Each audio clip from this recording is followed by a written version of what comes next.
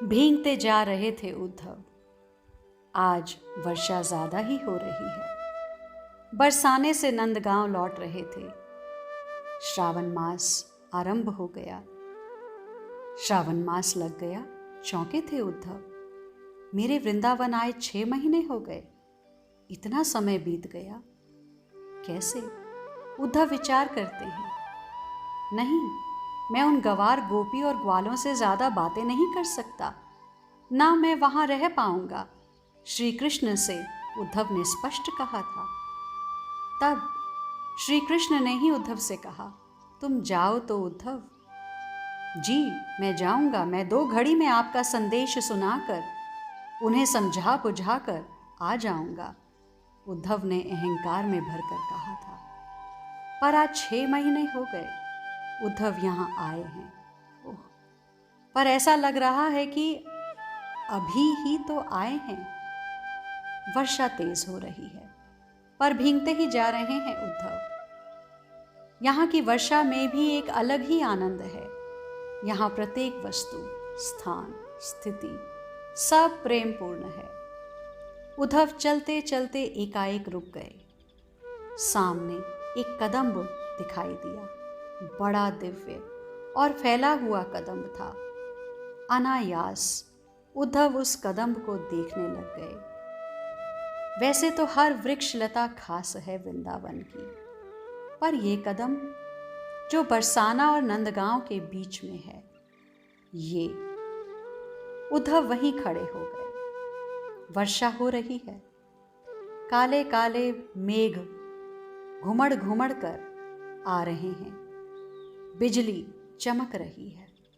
उद्धव पूरे भीग गए हैं और भीग रहे हैं। आकाश में बिजली इस बार जोर से चमकी। लगा कि कहीं बिजली गिरी है, पर उस बिजली के प्रकाश में ओह, चुंधिया गई थी उद्धव की आंखें। आंखें खोलने की कोशिश करते हैं, पर तीव्र प्रकाश के कारण आंखें खुल नहीं रही उद्धव की।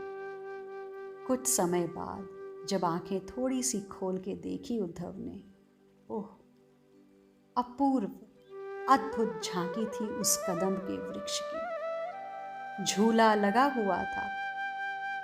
बड़ा दिव्य झूला था। सखियां झुला रही थी और श्री राधा रानी झूल रही थी। उद्धव आंखें मलते हैं, फिर देखने की कोशिश करते हैं अच्छे से। एक सखी है जो दूर खड़ी है। श्री राधा रानी अपनी प्रिय सखी ललिता से कहती है, जाओ उस सखी को मेरे पास लाओ। उद्धव इस दिव्य लीला का आनंद ले रहे हैं। वो सखी दुखी है और मेरी सद्गुरु श्री राधा रानी किसी का दुख देख नहीं सकती। ललिता उस सखी को ले आई है। क्या नाम है तुम्हारा? श्री राधा रानी ने पूछा था। सांवरी सखी, शर्मा के नाम बताया था। तुम दुखी क्यों हो? श्री राधा रानी ने उस सांवरी सखी से पूछा।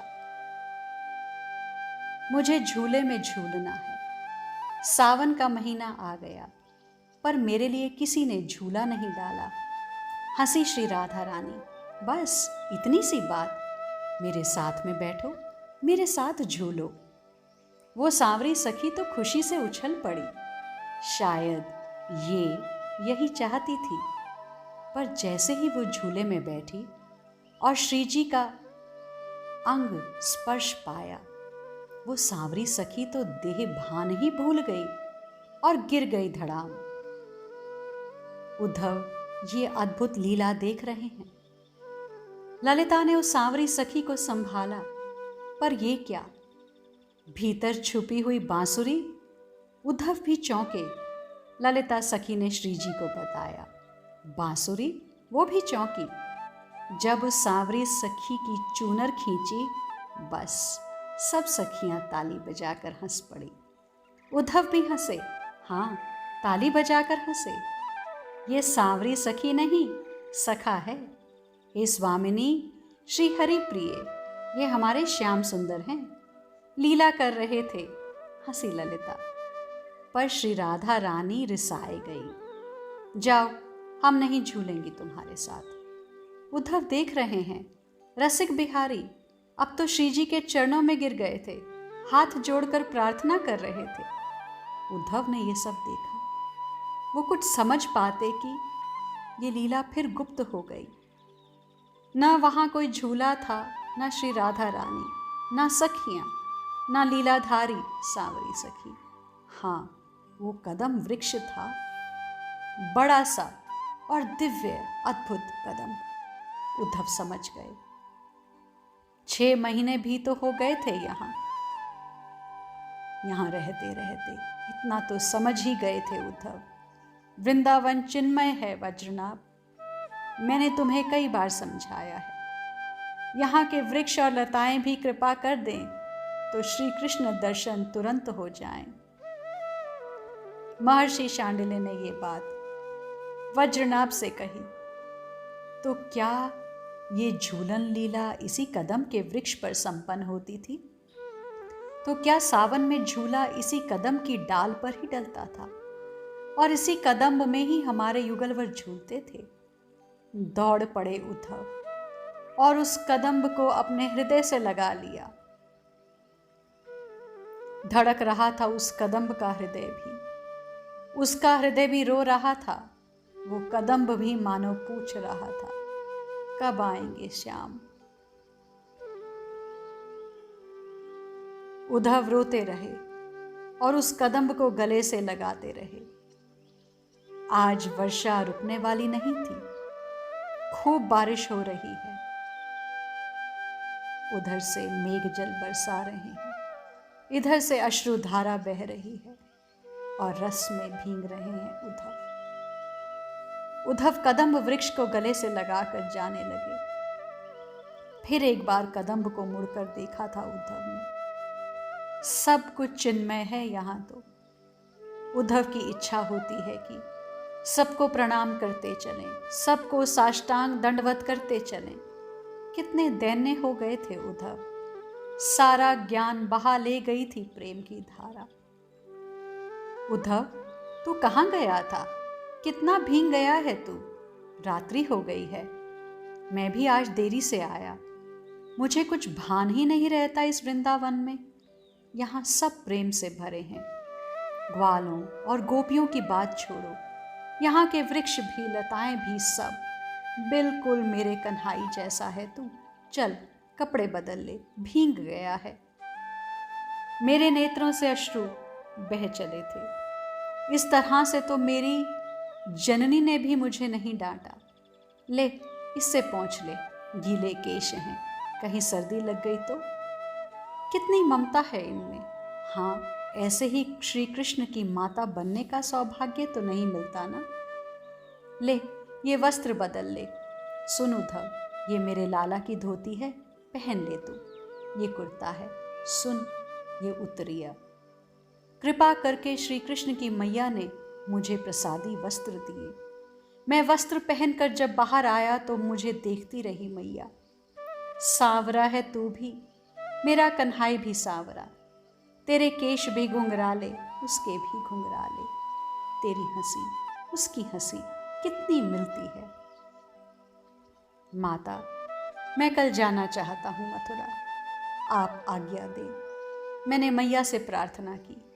क्या तू जाएगा मथुरा? फिर नेत्र सजल हो चुके थे मैया के। इतनी जल्दी जाएगा? क्या तेरा भी मन नहीं लगा यहाँ? उद्धव बता ना, हम लोगों में क्या कमी है? यहाँ कोई रहना ही नहीं चाहता। देख, कन्हाई का मन नहीं लगा यहाँ तो चला गया। दाऊ का भी तो मन नहीं लगा।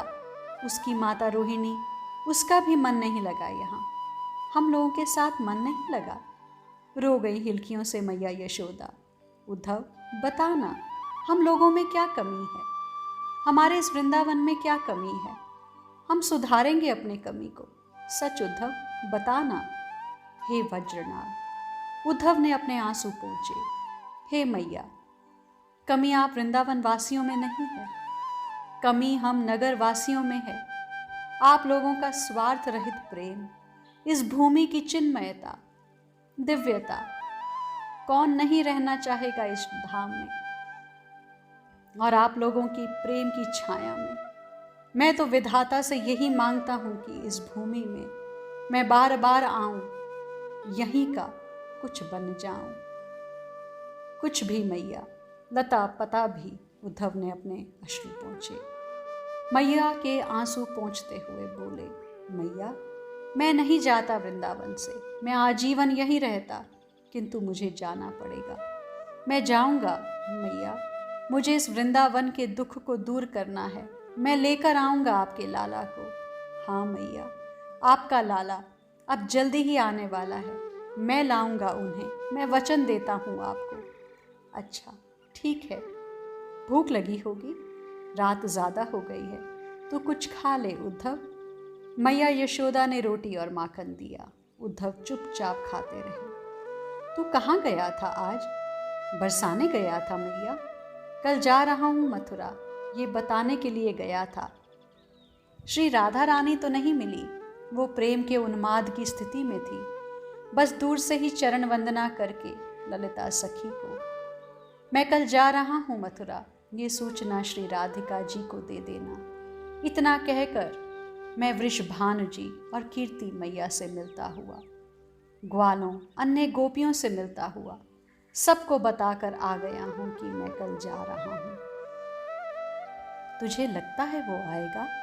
मेरा हाथ धुलाते हुए पूछ रही थी मैया। क्यों नहीं आएगा? और वहाँ मथुरा में है क्या? मैया यशोदा कुछ नहीं बोली। उद्धव शैया में जाकर लेट गए थे। आज के लिए इतना ही, शेष आगे। श्री राधा।